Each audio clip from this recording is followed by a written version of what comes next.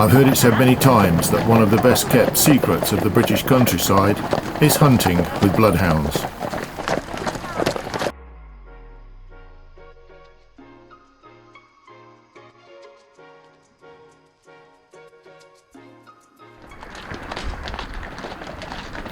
The bloodhound is one of our oldest and most historic breeds of hound, with its ancestries going back to the 14th century.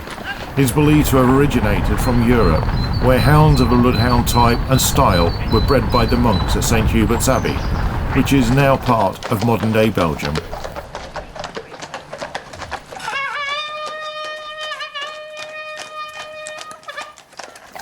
It's worth noting St Hubert is a patron saint of hunters, and bloodhounds have, in the past, been called the St Hubert Hound.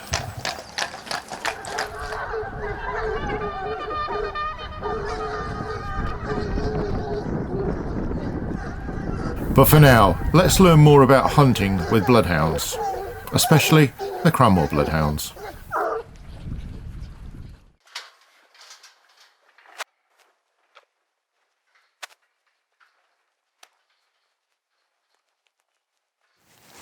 Thanks for your time this afternoon, really appreciate it. It's the end of the season. It's been a busy season. It's been frustrating through the weather. But what is bloodhound hunting really about? I mean, I've followed it. I think I've got an understanding. But can you tell me what a typical day is? Well, Matt, it's just a good day out on a Sunday afternoon in the countryside, basically. Having said that, it takes all week to organise it. But yeah, we meet up at home of friends or relations, and we give the runners, the cross-country runner is what a hound hunts. The runner sets off probably 20 minutes, half an hour before the hounds, and he runs the line and the hounds follow him and we follow them on horseback. So a line can be anything from sort of 2 or 3 miles to, you know, a bit further depending on the lay of the land. So we'll do that and we'll catch him at the end, or the hounds will catch him and give him a good licking, and we have a break and he'll go running off again and we'll go and do it all over again. So the line, this is the piece on the ground where you start to hunt the cross-country runner? That's right, that's called a line, and we hunt just his natural scent. Wherever he's gone, they're going to find him. There's no getting away with it. So there's no drag there, there's nothing being pulled on the ground, it's just the pure natural scent of man? Bloodhounds don't need it. They've got the best noses ever. So yeah, they know where you've been. You can depend on it. And is this phrase that I've picked up a couple of times, the clean boot? Yes, well that reflects it. It's a clean boot. There's no artificial scent used at all. So yeah, you don't need it with bloodhounds. They'll just follow the natural scent of man. So that's what we do on a Sunday afternoon. Do a couple of lines and have what we call half time, where we have another sort of a drink and a mince pie or whatever, and then we go off, do a couple more, and then catch him for the final time, and then hack back to the meet where we have tea and cake. So yeah, calorie-free afternoon really.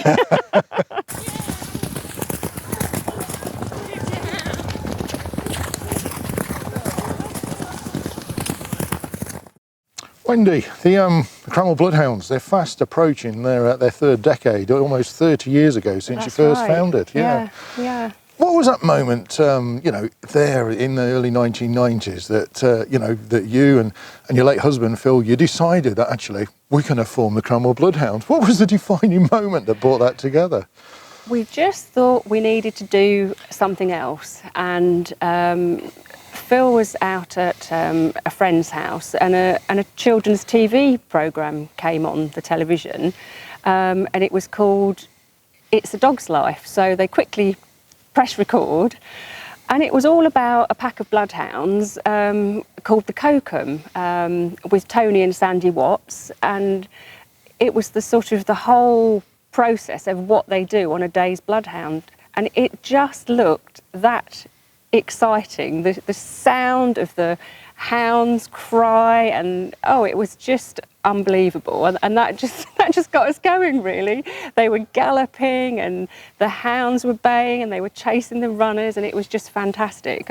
We saw that and we thought, that's it, we've got to find out more. So That was back in 1992. So at kind of at the end of that season, we must have toured the country and visited all the bloodhound packs we could, because we were so hungry to find out what they did. And believe it or not, they all did it differently, and I'm sure we do it different again. So that kind of got us going, as you say, 30 years later, and we've never looked back, really.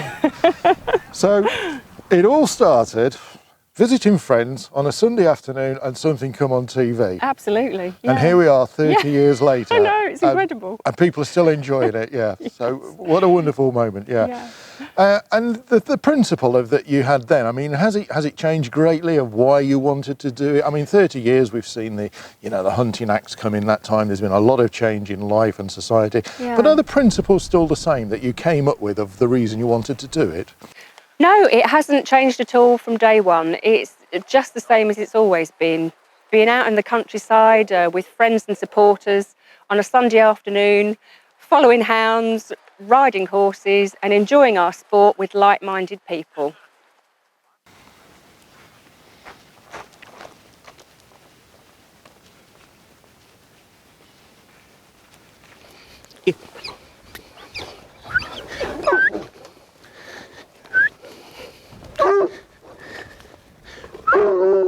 Good afternoon. Thanks ever so much indeed for your time this afternoon. I know it's a busy time at the minute. We're coming towards the end of the season, and it's although it's been a busy season, it's been a frustrating season for you this year, hasn't it, with the weather? It has indeed, yeah. It's been quite hard work finding places to go. So yeah, it's very disappointing because I mean, the days I've been out with you, you've got a fantastic following and that, and suddenly to get that message sort of Friday or a Saturday, really sorry, but we're cancelling Sunday's meet, and everybody's keyed up to do it. So I can really understand the disappointment that people have. Well, Frank, what I'd like to ask you about is hunt service. I think even a lot of people who come and hunt with you and the followers and supporters, they might not be fully aware what hunt service is, what it entails and where it starts. Can you tell me where you come into hunt service and how it all happened for you? it all started from when I was at school, to do 2 weeks work experience, and I've always been an animal lover and that. So I applied for many different jobs there and they'd all gone. So my dad said to me, if you want to work with animals, dogs in particular, leave it with me. And he went up to the local hunt kennels, had a word with them. They agreed, let me go there for 2 weeks. I never even knew hunting existed, and I got hooked on it within 2 weeks, and from there on I've been doing it ever since. So you've come from a family that's got no real history of hunting, which tends to be the tradition for people to become whips and huntsmen. You're not really a family with a great deal of interest in horses or the countryside and that, and yet that 2 week block was you set up for the rest of your life. Yep, never even sat on a horse before. So then they said, if you want to go into hunt service, you've got to learn to ride. So they had a word with the local college, got me on a block release youth training scheme and got me learning to ride. So, and then within a year and a half, I came here and started riding out with the hounds here. So you've always been with the Cranwell then, almost from the very beginning, when Phil and Wendy first set this up back in the early 1990s. Yeah, I was here the first season in 1992. So, and then gradually worked my way up, whipping in, and then hunting the hounds now. So I've followed it right up from beginning to end at the moment. So I just find people who go into hunt service, in today's society, we've got a very greedy society, and everybody wants more and more and more. And yet I always find people in hunt service, they're very happy with this lovely lifetime and they're satisfied with what they've got. They don't have much greed. Would you agree with that? Hunt service, it's not a career choice, it's a lifestyle that, like, it's kind of bred in us in some ways, but we put our heart and soul into it. We just love being out in the countryside. So Frank, hunting with bloodhounds, I find it absolutely fascinating that I turn up on a Sunday, I get to the meet, you normally tell me we've got 3, 4 or whatever number of lines and they're roughly going in this direction. And when I first arrived I thought, oh, this is quite slick, but after a bit I think I've realised There's a lot of hard work goes into getting them lines in the right place and at the right time, and more importantly, to facilitate for everybody who wants to come and join you on a meet, isn't there? Yeah, it does take people don't understand how many days it takes to plan one day's hunting. It's like, we'll start on a Monday, knowing where we're going, and then we'll go out, have a look round, drive round, just to see what's in what fields, just so we've got a rough idea. Yeah. And then I'll come home, and then I'll get the iPad out, Google Earth, and then once I've known what's in each field, I can then plot and pick my routes and swap and change around, see which works better, plan your lines, see which works better, which way round to do things. And then we'll probably go out once more, once we've got it all planned, see if it all works. And then on a Saturday, we'll go out, we'll show just the runner, the field master, the whips, and the chap that drives the Land Rover taking the runners around. They're the only people that know where we're going on a Sunday. But how do you do the point of knowing where you're going to meet and whose farm and which particular piece of ground you're going to go on? How do you actually achieve that before the meet? Well, we have quite a lot of regular friendly farmers where we do meet, but we don't have a meet card as such because the weather plays a big part in what we do, and if the ground's too wet for one weekend, we'll swap and change things around, and we'll move to a different part of the country where the ground's drier. And then if we have a real good meet, and if it's frosty, years ago we used to miss out on that meet, but nowadays we can, quite versatile, we can swap and change things around, and we'll always pick the better going, so it suits everybody really. And I suppose you could almost go, to a local farmer that you've met up for several years, and when you get there, he says, "Oh, we've just drilled," and he points to some fields on one side of his farm, and you can really plan your meet to the opposite side of the farm and avoid the areas he doesn't want you on quite easily, can't you? Yep, farmers are the foremost front of what we do. We respect them and we abide by what they tell us, and if they say don't go there, we'll stay well away from there, and we're quite very versatile in what we do. So I mean, do you find some of the farmers you've got now, have they been with you for the almost 3 decades that the Cranwell Bloodhounds have been gone? Is the relationships going back with farmers that far? Yeah, we still hunt on farms that we hunted the first meet that we had. So we've still got that bond with them, and we do get on quite well with all the farmers. So that's amazing. Frank, look, I know you're a busy chap, so I'll let you crack on. But thanks for your time today, and all the very best of luck with the Bloodhounds for the future. Cheers. Thank you very much. Bye-bye. Bye.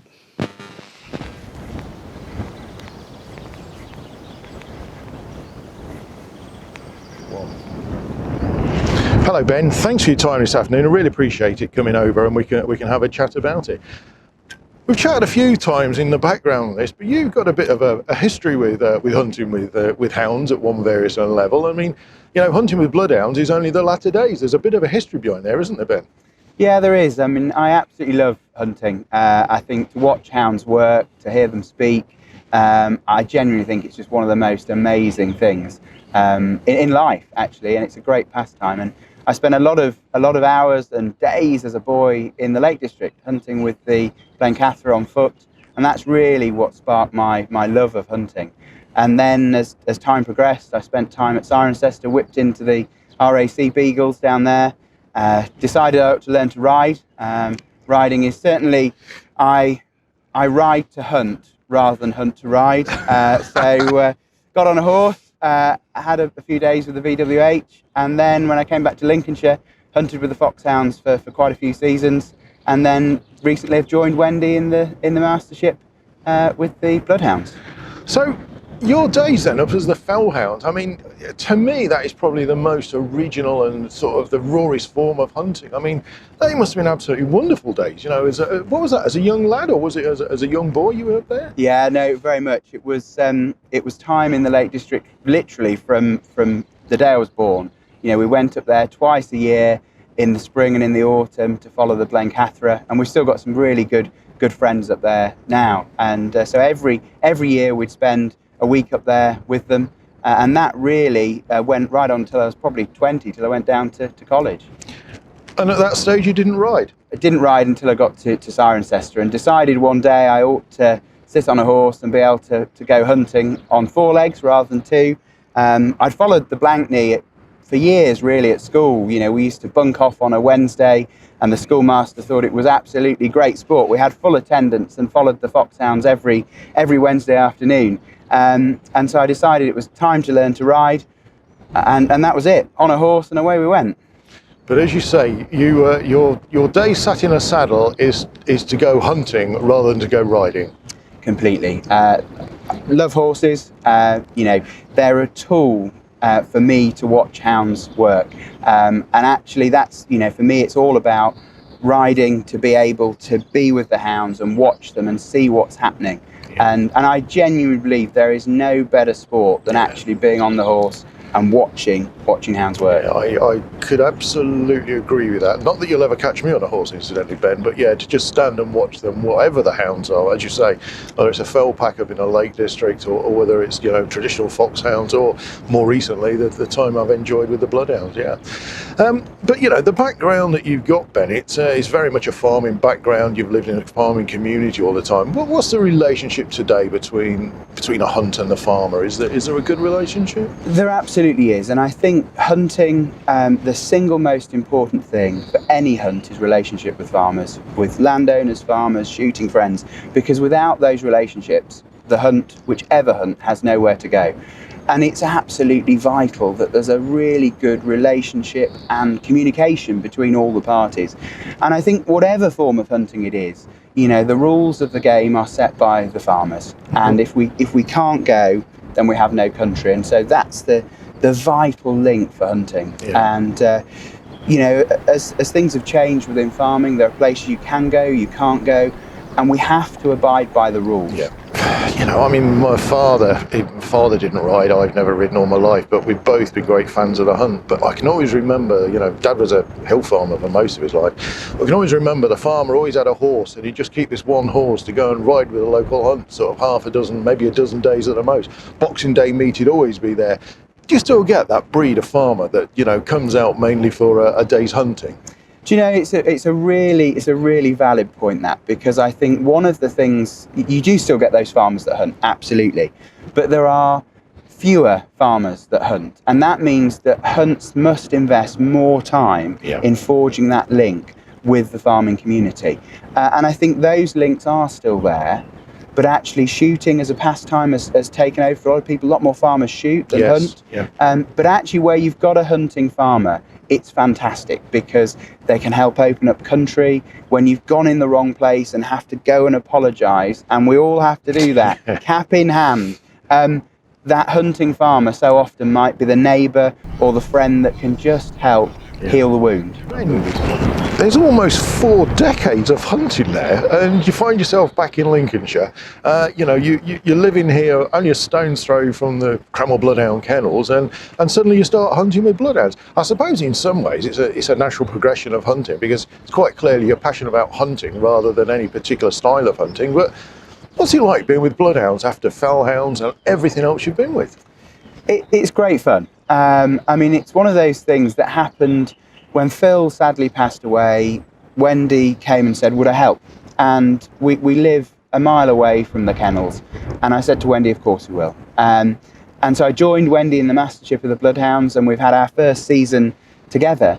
But it's all about fun. It's about having fun on a Sunday afternoon, going somewhere to meet, and then having a great day out. For me, I get the buzz of watching hounds work and spending time with Frank and the rest of the team there to actually see how they hunted, were they true to the line, and it's about watching those hounds is what really sparked my interest. You know, if you start with the kennel team, there's the whole crew up there, Frank, the whips, who all absolutely make it possible. And we only see a Sunday, but there's actually all the hound work going on all through the week and all through the year to get the hounds right.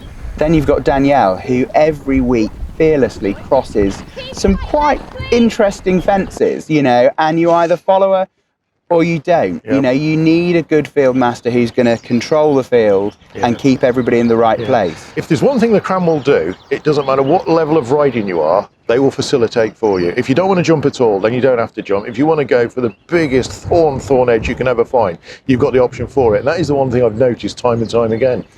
Absolutely, and I think, you know, the Cranwell Bloodhounds has got a massive country, and so there's great days hunting where you don't leave the ground. There's equally days hunting where you've got some pretty stiff fences and very testing. So, you know, that's a real part of, you know, having that fun. You can jump if you want to, but you don't have to. You widen it out, you've got the road crew. The road crew are there every week, and they are at all of the road crossings, so they can make sure that we've got the hounds, the hunt staff, the field across the road, and if there are issues, they're there to scoop the jockey up who's fallen off, the horse has got a broken bridle or girth. They're on hand, and it's a bit like that sort of comfort blanket that there's always somebody there looking out for them. And then you've got the runners. You know, we've got a great team of runners. Some weeks we've got Jordan on his own, other weeks we've got a full complement from Sleaford Striders.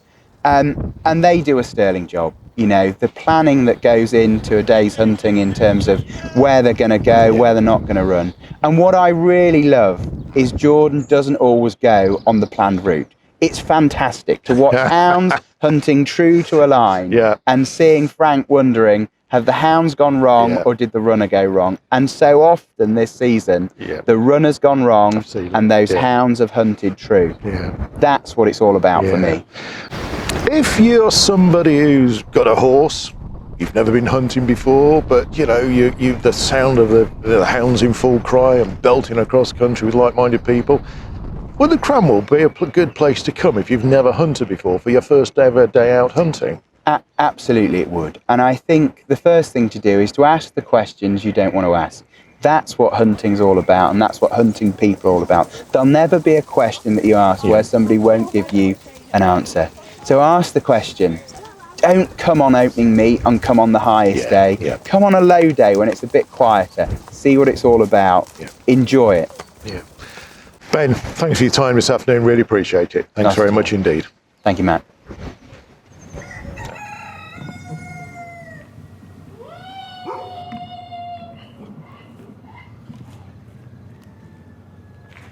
Terry, I've been out with the Cranwell Bloodhounds for 3 or 4 seasons now, and I've really enjoyed myself with them, but I hope you don't mind me saying, I've seen you whipping in on there, and if there's one thing that comes over time and time again, there's 2 things that really do come over. First of all, you absolutely enjoy yourself, and secondly, you just look so comfortable on the back of the horse, and you know, whipping in, thundering up hedgeside, bringing the hounds back onto a line. It's quite clear you enjoy it. Oh, I love it, yeah. But where did the riding start, Terry? Where did it all start? Where was the foundation of your riding today? Well, we had a farm at Market Raisin, and I used to have a seaside donkey. Basically, that's how I learnt to ride on that. And I used to ride it round the farm and bring the cows in and shepherd the sheep, and just enjoyed being on a horse. My father used to hunt as well, and my 2 brothers. So we've always had horses in the family. Then later on, father got me a pony, and I used to ride it round the farm again. And then we moved to a place called Eagle, and I started riding for a local horse dealer. And I just rode everything in the yard. As it came in, I was first up on it and took them show jumping, hunting, wherever we went. Was out every weekend somewhere, and just carried on from there. So it was a real baptism by fire. You almost, dare I say, thrown in at the deep end and told to get on with it, and you know, and you've enjoyed every minute of it. The first day I went out hunting with a local pack with the horse dealer, I rode a 12-2 pony called China, and I've never looked back. I just loved it from the very first day I went, and I was out as often as I could through my school days, and then I went to work for him when I left school, and we hunted with all the local packs and further away. He used to hire the horses out, and if they'd got a horse to take elsewhere into Leicestershire, then we'd all go and take 3 or 4 and have a real good day. So that's how you got into hunting then. You know, father was with the local pack hunting, and you followed him. and then after leaving school, the horse dealer followed it into it as well. How far did you get in those early days? I mean, did you progress very far with the hunt, or was it just an occasional thing? No, I just sort of went out, and if the hounds went off and there was nobody about, then I'd go. I mean, they got to know me, so they knew I could handle the job. And then after that, I went to another local pack as a groom and helped with the hounds. And then my father took ill, and I had to come home and help look after the stock and that. And I started breaking and schooling a few horses, and then I went as amateur whip. And I rode for 10, 12 years with Jim, and learned a lot from him. And never really had to. I couldn't go into a professional hunt service because I'd always got too much going on at home. So, but that's really what I wanted to do in the first place. So if you had your time again, and I appreciate helping Dad on the farm. It's farming has always been a very family-orientated thing and very much driven by the family. If you hadn't, do you think you'd have gone into hunt service? Yeah, I think I would. Yeah. Yeah. It was just something I enjoyed doing, just being around the horses and the hounds, and. So that must have been hunting with foxhounds at the time then, Terry, as opposed to a pack of bloodhounds. Would that be right? Oh yeah, that's right. Yeah, I sort of hunted 8 to 10 seasons with Jim, and it was all the foxhounds in the early days when proper hunting, and it was really enjoyable to watch the hounds working and that. And then as time progressed, things changed in my life, and I took a break for about 3 or 4 years, never really sat on a horse or did anything.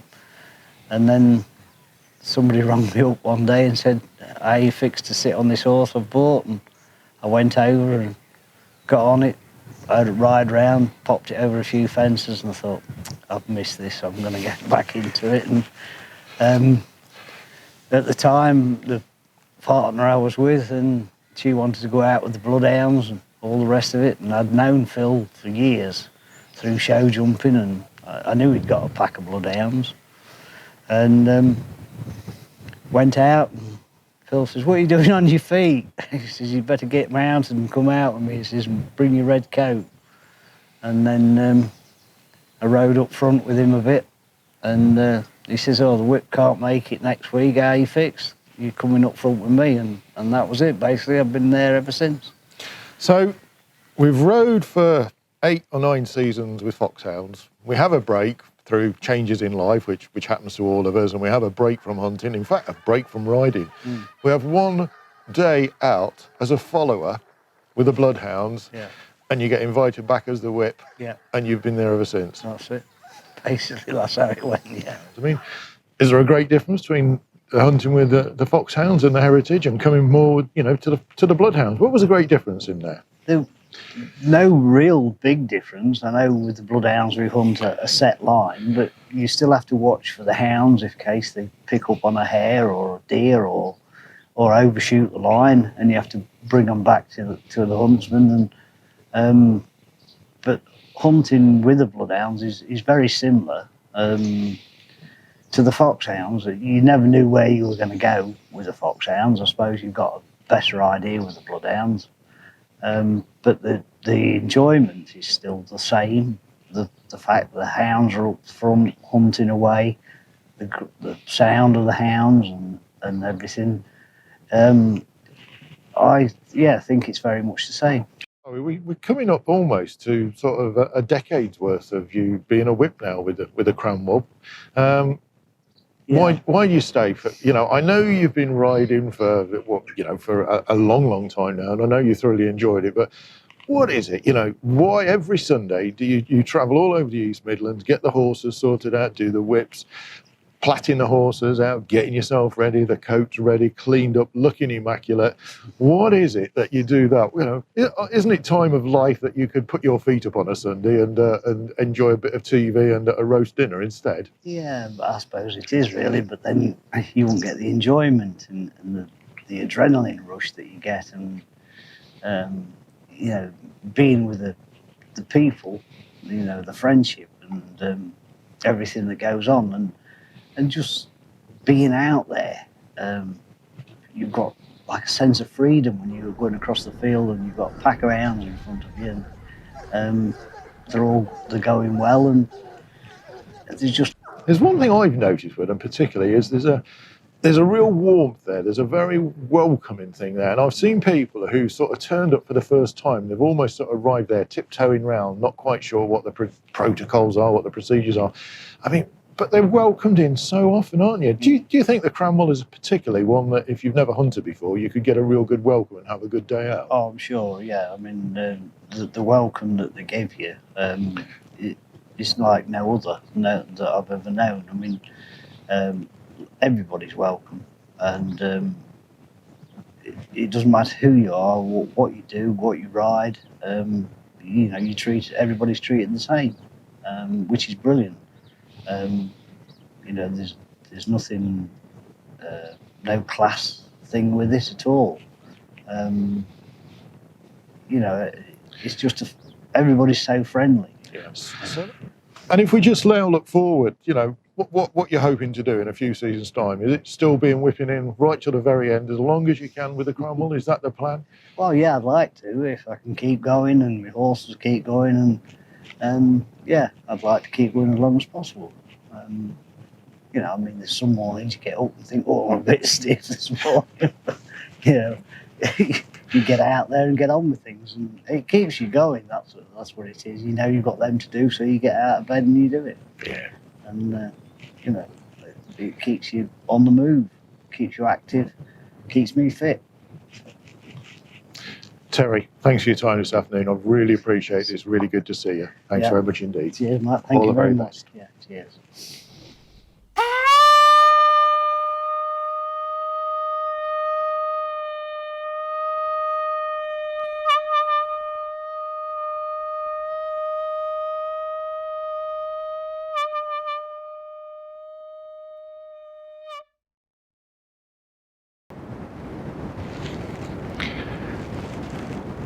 I've really enjoyed my time out with the Cranwell Bloodhounds. I've had an absolutely amazing time with them over the last few seasons as I've learned about what it is to hunt with bloodhounds.